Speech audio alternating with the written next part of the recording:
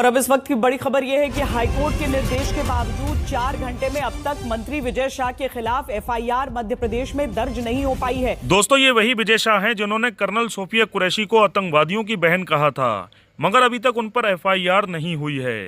दोस्तों, भारत की जिन बेटियों पर सबको नाज है, उन बेटियों को लेकर ये शर्मनाक बयान बीजेपी मंत्री द्वारा दिया गया था। दोस्तों, बीजेपी मंत्री विजय शाह ने कर्नल सोफिया कुरैशी को आतंकवादी की बहन बताया था, जिन्होंने देश का नाम ऊंचा कर ऑपरेशन सिंदूर को अंजाम दिया था। उनके घर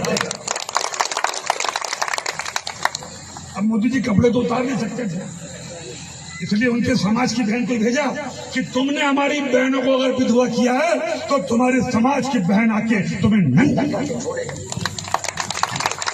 देश का सम्मान, मान सम्मान और हमारी बहनों का सुहाग का बदला तुम्हारी जाति की समाज की बहनों को पाकिस्तान भेजकर अगर कोई ले सकता है, और उन्होंने कहा था घर में घुस के मालूम घर में। दोस्तों, इस वीडियो के सामने आने के बाद विपक्ष से लेकर आम जनता तक हर कोई विजय शाह पर एफआईआर करने की मांग कर इस्तीफा देने को बोल रहा है। वहीं दोस्तों, विजय शाह के इस बयान पर सांसद असदुद्दीन ओवैसी ने अपनी प्रतिक्रिया देते हुए कहा कि सरकार को चाहिए कि ऐसी हेट स्पीच देने वालों को सरकार जेल में डाले, जो एक बेहतरीन मिसाल बनेगी। वो एक जिम्मेदार आदमी है, वो एक प्रदेश के स्टेट के मिनिस्टर हैं, और आप कह रहे हैं कि हमने उन्हीं के पास उनकी बहन को भिजा दिया। अरे अबे, वो कहाँ से उनकी बहन हुई? वो तो देश की बेटी है, देश की बहन है, वो तो हमारे आर्म फोर्सेस का हिस्सा है। उसमें भी तुम मज़हब का चश्मा लगा के देख लिए और जोड़ दिए उसको उन जालिमों से, आतंकवादियों से।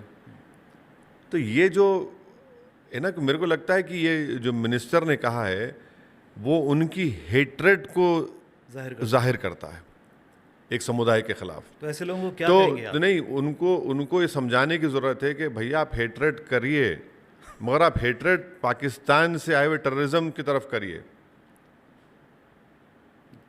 अगर आप ये समझेंगे कि भाई नाम मुसलमान है तो मैं हेट्रेड करूँगा, तो फिर उसका तो कोई दुनिया में कोई दवा नहीं उस जहालत का, उस हेट्रेड का इलाज करने के लिए, सिवाय इसके कि बीजेपी सरकार उनको कैबिनेट से निकाले।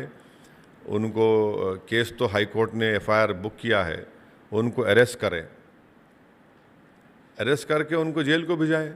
एक बेहतरीन मिसाल बनेगी ना सिर्फ देश में बल्कि पूरी दुनिया में।